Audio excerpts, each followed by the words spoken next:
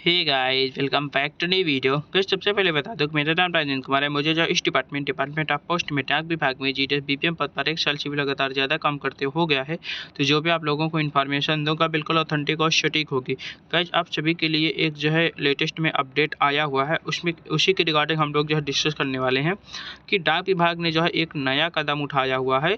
डाक विभाग ने परिचालन क्षमता में सुधार और सेवा पेशकश का विस्तार करने के लिए एक बड़ा कदम उठाया हुआ है, जिसमें कि बहुत सारी चीज़ें यहाँ भी बताई जा रही हैं, जिसमें कि जो है बेहतर पार्सल सेवाओं से संबंधित हो गया, कोर बैंकिंग और डिजिटल सेवाएं से संबंधित हो गया, डाकघर निर्यात केंद्र से संबंधित हो गया, या फिर बहुत सारे ऐसे जो काम है उसमें जो है डाक विभाग में जो हो रहे हैं, तो उसी के संबंध में एक जो है नया कदम उठा रहे हैं। तो उसी के संबंध में हम लोग जो है आज की इस वीडियो में पूरा डिस्कस करने वाले हैं, तो आप लोग पूरा वीडियो ज़रूर देखिएगा।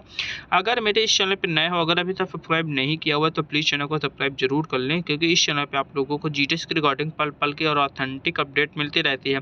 एक चीज़ और बता देता हूँ, अगर आप लोग इस चैनल पर नए और प्लेलिस्ट का ऑप्शन नहीं गए तो वहाँ पे आप लोग जाना, आपको बहुत सारी प्लेलिस्ट मिल जाएंगी, जैसे कि सैलरीशिप इंडिया पर GDS July 2024 vacancy, GDS TMTS postman mail guard promotion examination, GDS rule 3 online transfer portal, GDS first document verification, GDS second document verification, Darpan app IPPC LC, ये सभी प्लेलिस्ट इसी चैनल पे मिल जाएंगे। जो भी आप लोगों के मन में कन्फ्यूजन चल रहा हो, आप लोग इन सभी प्लेलिस्ट पे जाकर अपना कन्फ्यूजन दूर कर सकते हो।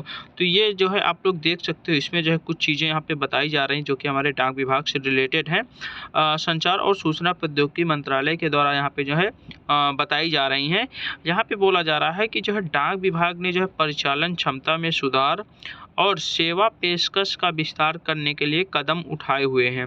ये आप लोग देख रहे होंगे 6 फरवरी 2025 का 3:08 PM by the PIB Delhi के द्वारा ये जो है जारी किया गया है। ये ऑफिशियल है, इसमें जो है कोई भी फेक नहीं होने वाला, ठीक है। यहाँ पे हम लोग देखते हैं कि क्या क्या कदम उठाए गए हैं। डाक विभाग ने जो है परिचालन क्षमता में सुधार, प्रौद्योगिकी को शामिल करने और सेवाओं का विस्तार करने के लिए कई कदम उठाए हैं, जो कि नीचे जो है नीचे विवरण में दिया गया है। पहला कदम है हमारा बेहतर पार्सल सेवाएं, यानी कि हमारे डाक विभाग में बेहतर पार्सल सेवाओं के लिए यहाँ पे कई सारे यहाँ पे केंद्र बनाए गए हैं, कई सारे यहाँ पे जो है चेंजमेंट किए गए हैं। उन सभी के बारे में हम लोग एक एक करके देखते हैं। पहला नंबर है कि नोडल डिलीवरी सेंटर तेज और असरदार तरीके से पार्सल डिलीवरी के लिए 233 नोडल डिलीवरी सेंटर स्थापित किए गए हैं, जो 1600 से ज़्यादा पिन कोड को कवर करते हैं। ये केंद्र रोजाना होने वाली पार्सल डिलीवरी का लगभग 30% संभालते हैं, ठीक है। तो यहाँ पे आप लोग देख सकते हो कि नोडल डिलीवरी सेंटर बनाए गए हैं, लगभग 233 नोडल डिलीवरी सेंटर बनाए गए हैं, ठीक है, जो कि लगभग 30% हिस्सा जो है वो लोग संभाल रहे हैं। बेहतर पार्सल सेवा में पहला नंबर हो गया। दूसरा ये है पार्सल हब। पार्सल हब से रिलेटेड क्या है कि पार्सलों के तीव्र प्रसंस्करण और सुरक्षित संचालन के लिए 190 पार्सल हब स्तर फर्स्ट एंड स्तर 2 यानी लेवल 1 और लेवल 2 के 190 पार्सल हब जो है बनाए गए हैं, उसका नेटवर्क स्थापित किया गया है, ठीक है। अगला प्रौद्योगिकी एकीकरण। उन्नत ट्रैकिंग प्रणालियाँ कार्यान्वित की गई हैं, जिसमें वास्तविक समय पर डिलीवरी स्थिति, API एकीकरण, सिस्टम सहायता प्राप्त सॉर्टिंग और त्रुटि प्रबंधन प्रणालियाँ शामिल की गई हैं। अगला हमारा है पार्सल पैकेजिंग नीति। देश भर में 1408 पार्सल पैकेजिंग इकाइयाँ कार्यरत हैं, जो सुरक्षित पार्सल पारगमन के लिए उच्च गुणवत्ता वाली पैकेजिंग सामग्री उपलब्ध करा रही हैं। अगला हमारा स्मार्ट बुकिंग और delivery kiosk. Smart booking delivery kiosk में क्या है कि ग्राहकों के लिए लचीले पिकअप और डिलीवरी विकल्प उपलब्ध करने के लिए विभिन्न शहरों में 30 स्मार्ट डिलीवरी कियोस्क और 30 सेल्फ बुकिंग कियोस्क स्थापित किए गए हैं, ठीक है। अगला नंबर 2 नंबर पॉइंट है कि डाकघर निर्यात केंद्र के संबंधित यहाँ पे कुछ चीज़ें बताई जा रही हैं। केंद्रीय अप्रत्यक्ष कर और सीमा शुल्क बोर्ड के समन्वय से ई कॉमर्स निर्यात को सुविधाजनक बनाने के लिए 1013 DNK स्थापित किए गए हैं, यानी कि 1013 डाकघर निर्यात केंद्र बनाए गए हैं, ठीक है। उसके बाद बोला जा रहा है जो सेल्फ बुकिंग, लेबल निर्माण और निर्यात दस्तावेजीकरण जैसी सेवाएं प्रदान करते हैं। ये DNK या फिर ये डाकघर निर्यात केंद्र ग्रामीण क्षेत्रों के कारीगरों और स्वयं सहायता समूहों सहित छोटे निर्यातकों को बहुमूल्य सहायता प्रदान करते हैं। तो यहाँ पर लोग देख सकते हो एक नया कदम है और बड़ा कदम है यहाँ पे क्षेत्रीय मतलब कि ग्रामीण क्षेत्र में। अगला कोर बैंकिंग और डिजिटल सेवाओं के संबंधित डाक विभाग ने क्या क्या यहाँ पे बदलाव किया है। सभी डाकघरों को कोर बैंकिंग समाधान के साथ एकीकृत किया गया है, जो ATM, internet banking, mobile banking, NIFT, RTGS, electronic clearing सेवाएं और सुचारू डिजिटल लेनदेन के लिए ई-केवाईसी सहित विभिन्न प्रकार की सेवाएं प्रदान करता है। इंडिया पोस्ट पेमेंट बैंक डाकघर बचत खातों से जुड़ी डिजिटल भुगतान सेवाएं प्रदान करता है। ठीक है, इसके बाद हमारा है व्यावसायिक विकास निदेशालय द्वारा जो विस्तारित सेवाएं हैं उसके बारे में हम लोग जानते हैं। ये तो कोर बैंकिंग से रिलेटेड हो गया। अब व्यावसायिक विकास के संबंधी में अगर हम लोग बात करें तो डाकघर पासपोर्ट सेवा केंद्र, अब डाकघर अब देश भर के नागरिकों को पासपोर्ट सेवा प्रदान कर रहे हैं। आधार नामांकन एवं अद्यतन केंद्र भी बनाए गए हैं। दूर दराज के क्षेत्रों में भी आधार सेवाएं उपलब्ध करा रहा है हमारा डाकघर।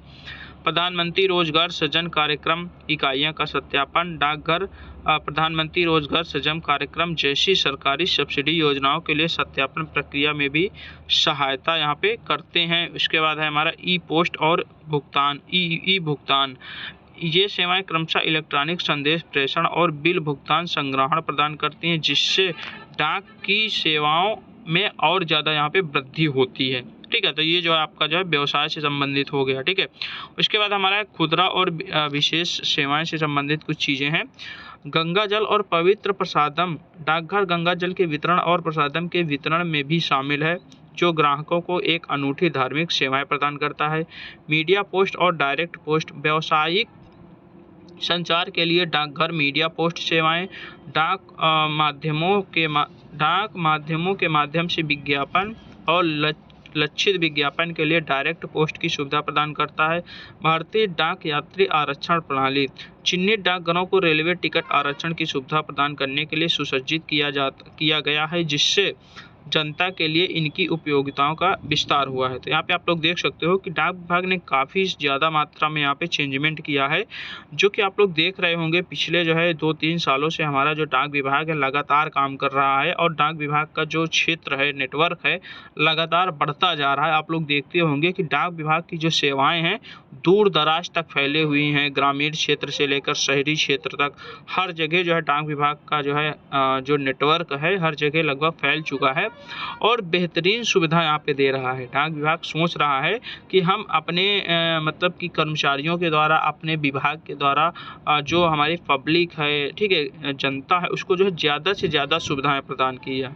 ज़्यादा से ज़्यादा यहाँ पे बेहतर पार्सल सेवाओं में जो है बहुत ज़्यादा चेंजमेंट देखने को मिला है, या फिर डाकघर निर्यात केंद्र से संबंधित हो गया, या फिर कोर बैंकिंग डिजिटल सेवाएं से संबंधित हो गया। आप लोगों को पता है कि इस समय हमारा पोस्ट ऑफिस या फिर डाक विभाग ज़्यादा से ज़्यादा बैंकिंग सेक्टर में ज़्यादा काम कर रहा है।